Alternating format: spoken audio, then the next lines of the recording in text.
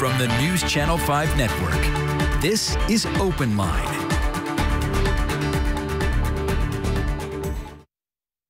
Hi, everyone. Rhori Johnston with you here on Open Line on News Channel 5 Plus. It is a Thursday night.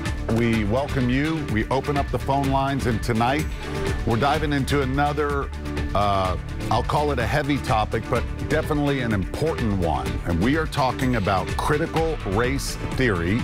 And you see the question there, should critical race theory be taught in Tennessee schools?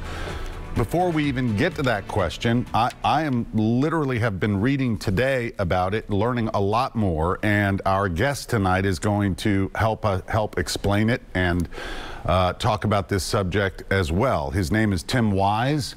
He is among the most prominent anti-racist writers and educators in the U.S., 26 years speaking to audiences all over the place in professional and academic conferences. Based here in Nashville, was an advisor to the Fisk University Race Relations Institute. I could go on and on, but we're thrilled that you're joining us, Tim. Thanks for being with us and spending an hour with us. Oh, well, thanks for having me. I appreciate it. So we have heard this buzzword, this phrase, quite a bit recently in the news, especially if you're watching the networks, the national networks, whether it be a conservative network or a liberal or right in the middle. They're talking a lot about it. So let's break this down before we hopefully get some calls. How do we define critical race theory? What is that? Well, I'm glad you started with that, because the people who have made such an issue of this thing called critical race theory, and the people in the Tennessee legislature who have seen fit to quote unquote ban it, clearly have never answered or even asked that question, let alone really come to the answers. They've caricatured it and misrepresented what it is. So critical race theory is basically a theoretical school of thought that developed within the legal discipline, within the law, among law professors, to sort of analyze the questions about why, in spite of the progress of the civil rights movement, why, in spite of the formal legal victories of the 1960s, why, in spite of formal equal opportunity, as a result of those victories, there was still such profound inequality in the labor market, in housing, in schools, in the justice system, et cetera.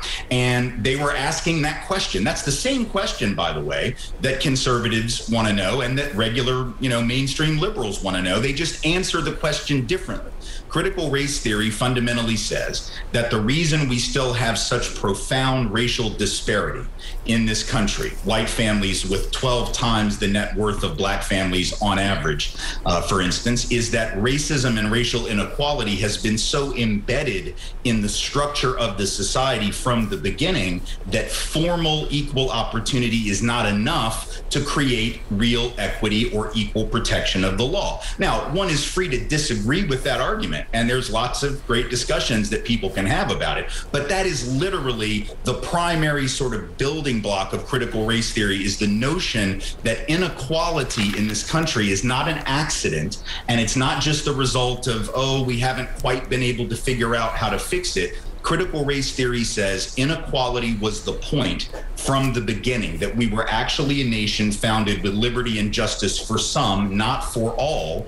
And both the history and the sociology and the legal analysis justify that argument. That is what critical race theory really is. Right. Not a lot of the stuff that the lawmakers say, which is, it thinks white people are inherently racist or bigoted. That's not part of critical race theory, or that certain groups are inferior or superior morally to others based on race. That's not part of critical race theory. It is literally just a way of looking at inequality and trying to answer, why do we still have so much of it?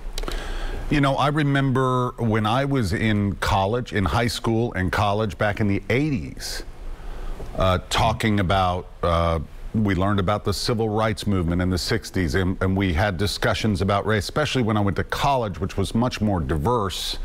I remember sitting on my dorm floor with people of color and just having, sharing a six-pack of beer. And personally, I'm inquisitive by nature. That's why I do what I do. I love to ask questions. And I was just fascinated by people's stories. How did you grow up, and where did, and why do you think that way? I remember back then thinking, in my mind, well, things are going to be okay pretty soon. And here we are almost 40 years later. What is it about the last few years where it seems like there really is a push now? There's a social push. Obviously, there's been a lot in the news, the former president and some of the police shootings, but it really does seem like now is the time that people, are having these discussions that sometimes are uncomfortable. Right. Well, I think there's a few things. I mean, certainly, the 24-hour news cycle brings to our attention issues of racial injustice or racial disparity. We see the, incidents involving police because people have cell phones, so we're able to see things that frankly were going on, obviously, long before the invention of cell phones. We have social media that can spread information much more rapidly.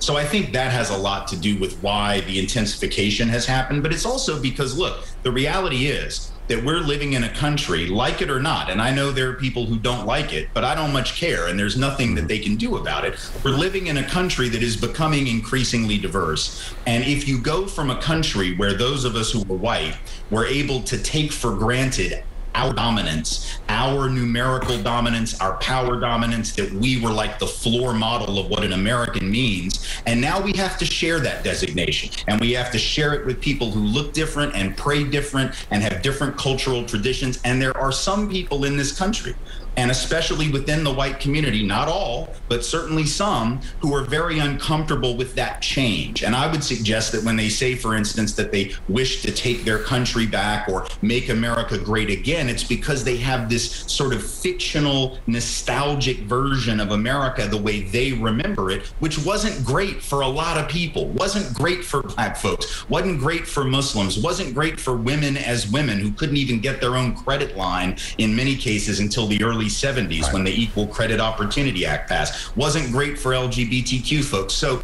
I think there are some people who, as the country changes, become increasingly anxious about really sort of losing not opportunity, not even power, but sort of hegemonic dominance of the country.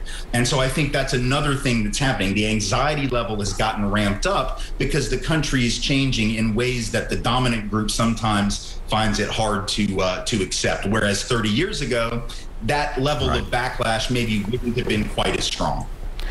When you think about when people, just like you brought up, when people say, some people who are opposed to what they call critical race theory say that people want to change history and that they don't believe that the United States is as great a country as they think it is, and they're unpatriotic and whatnot. How do you answer that? I mean, I love this country. I do think it's just a phenomenal experiment that we've come so far, but we still have a ways to go. And I've tried to explain to people, I think that we're constantly changing and progressing and growing, like you said, and it's just an inevitable fact that this is going to happen. So what, where do we draw that line where maybe some people do feel attacked, feel like their history in the country? How do we have that discussion? Well, look, of course it's a great country. It's the country that gave us Martin Luther King Jr. and Ella Baker and Fannie Lou Hamer and the geniuses of the civil rights struggle. The country is filled with amazing people. But that doesn't change the fact that the country was founded not on the basis of equality for everybody. I mean, when Thomas Jefferson wrote those lovely words that all men are created equal, endowed by their creator with certain inalienable rights, among these life, liberty, and the pursuit of happiness, he owned about 230 human beings at the time that he wrote those words. So he didn't actually believe them. The very first law that the Congress passed after the Constitution was ratified was a thing called the Naturalization Act of 1790. It was the first thing they did. And what that law said was that all free white persons and only free white persons could be citizens of the United States. So what that means is before they raised taxes, before they figured out the army, before before they did anything, they were like, you know what, we need to make sure that we're clear only white people can really be Americans. So when critical race theorists and those of us in that tradition say America was founded in part on the basis of oppression, we're not just saying it to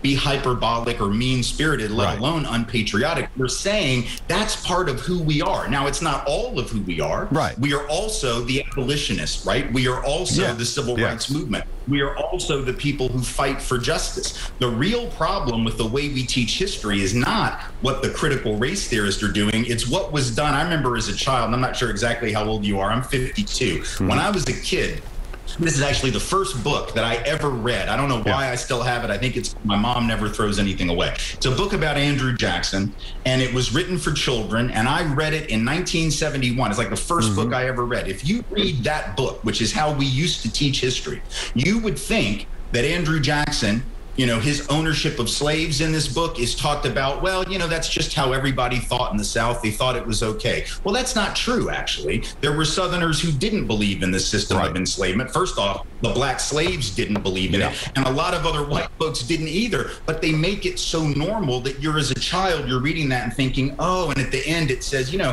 when Jackson died, his slaves stood at his bed and cried for him. That's not true. There's no historian that actually said that. Just like George Washington didn't really chop down a cherry tree and tell his father because he was so honest. But that's the kind of history we spoon feed children because we want them to have this uncritical narrative, but that's not honest. And if we want to confront our history and do better, we have to look at the entirety, the good, the bad, and the ugly. And we don't like to look at the ugly, which means we can't really appreciate the good. We're going to dive into a little more about that, why we don't want to talk about the ugly stuff.